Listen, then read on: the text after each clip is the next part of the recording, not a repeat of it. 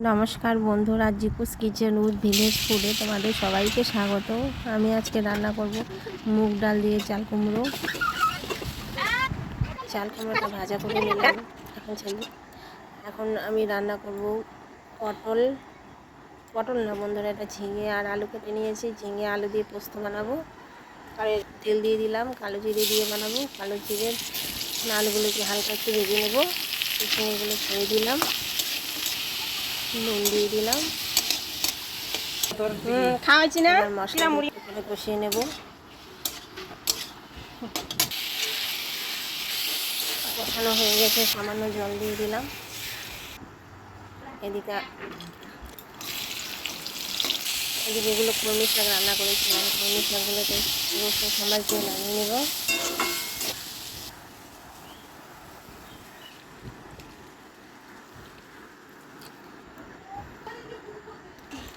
ঝিঙে পোস্ত বাটা দিয়ে দিলাম।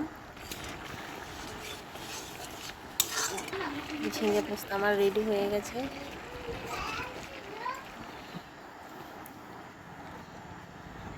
এখন আমি আজকে বানাবো কাঁঠালটাকে প্রথমে কেটে পরিষ্কার করে ধুয়ে নিয়েছি। কাঁঠালটাকে প্রেসারে একটা সিটি দিয়ে নেবো। এদিকে পটল অল্প পরিমাণ ছানা রয়ে গেছিলো, ছানা দিয়ে ভাবছি পটল রান্না করবো।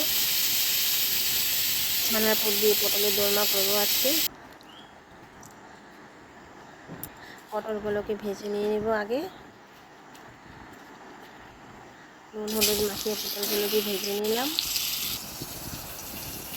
সামান্য ছানাটাকে একটু মেখে নিচ্ছি।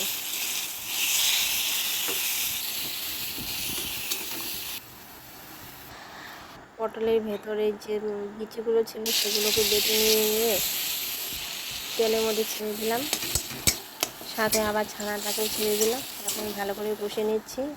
মশলা পুর রেডি হয়ে গেছে। পটলের ভেতরে মশলা পুরটা ধীরে ধীরে ভরে নেব। এদিকে আমার কাঁঠালের সিটি হয়ে গেছে।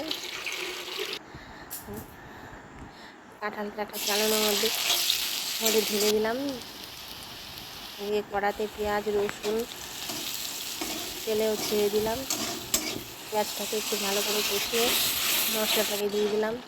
এখানে মশলাতে আমি দিয়ে দিলাম আদা লঙ্কা বাটা, জিরে গুঁড়ো, হলুদের গুঁড়ো দিয়ে কষিয়ে সেদ্ধ কাঁঠালটাকে ছেড়ে দিলাম। এখন কাঁঠালটাকে ভালো করে কষিয়ে আমি জল দিয়ে দেবো। এদিকে আবার পটলটা রান্না করলাম। পটলটা আমি এইভাবে রান্না করলাম, জানি না কেমন হয়েছে। একটু তেলের মধ্যে জল দিয়ে জলের মধ্যে আমি সব মশলাগুলোকে একে একে ছেড়ে দিয়ে পটলগুলো ছেড়ে দিলাম। শেষে একটু পোস্ত বাটা দিয়ে দিয়েছি পটলটাতে।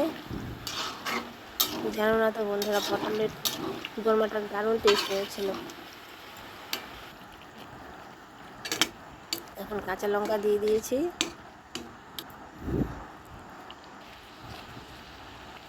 পটলটা হয়ে গেছে, নামিয়ে নিয়ে নিচ্ছি।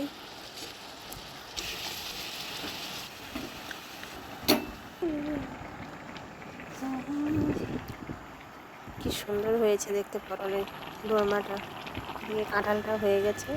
একটু সামান্য গরম মশলা দিয়ে দিলাম। এখন আমার কাঁঠালের তরকারিটা নামিয়ে নেব। সেই সম্পূর্ণ রেডি হয়ে গেছে কাঁঠালের তরকারিটা। জানো তো বন্ধুরা, এখানে আমি চিংড়ি মাছ বা কাঁঠালের মেটে কিছু ব্যবহার করিনি। শুধু পেঁয়াজ রসুন দিয়ে নিরামিষভাবেই রান্না করলাম।